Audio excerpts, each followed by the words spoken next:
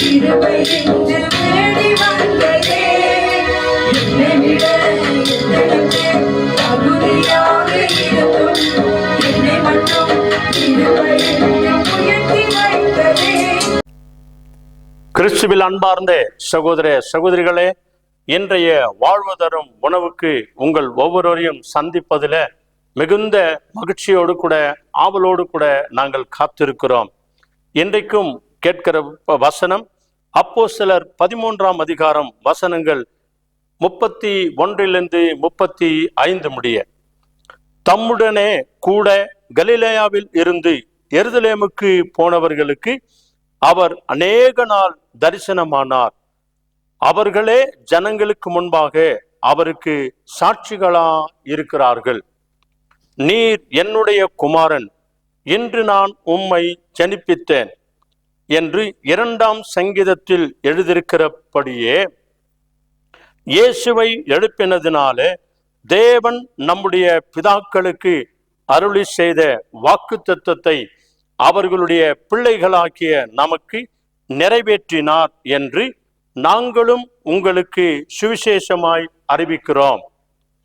இனி அவர் அழிவுக்கு உட்படாதபடிக்கு அவரை மரித்தோரில் இருந்து எழுப்பினார் என்பதை குறித்து தாவீதுக்கு அருளின நிச்சயமான கிருபைகளை உங்களுக்கு கட்டளையிடுவேன் என்று திருவுளம் பற்றினார்.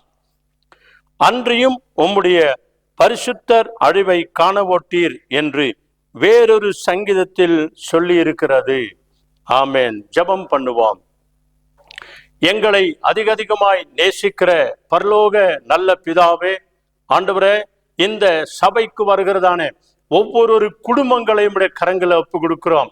இயேசுவை அறிந்தவர்களையும் இயேசுவை அறியாதவர்களும், ஆண்டவரே, கணவன் மனைவி தகப்பன் தாய் பிள்ளைகள் பேர பேத்தி பிள்ளைகள் என்று சபையில வருகிற அத்தனை பிள்ளைகளையும் உடைய கரங்களை ஒப்பு கொடுக்கிறோம்.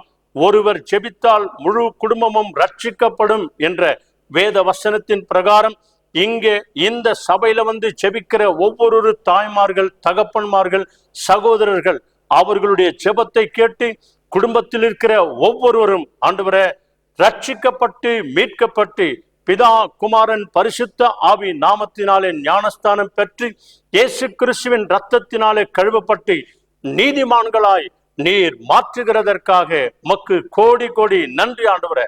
இந்த ஜெப கூடாரம் இந்த சபை நிரம்பி வடியத்தக்க ஆத்துமாக்களை தேவன் நீர் இந்த சபை மக்களின் ஜெபத்தை கேட்டு ஊழியக்காருடைய ஜெபத்தை கேட்டு எங்கள் எல்லாருடைய ஜெபத்தை கேட்டு தேவன் மகிமையான காரியங்களை செய்ய போகிறதற்காக கொடாக்கொடி நன்றி ஆண்டவரே.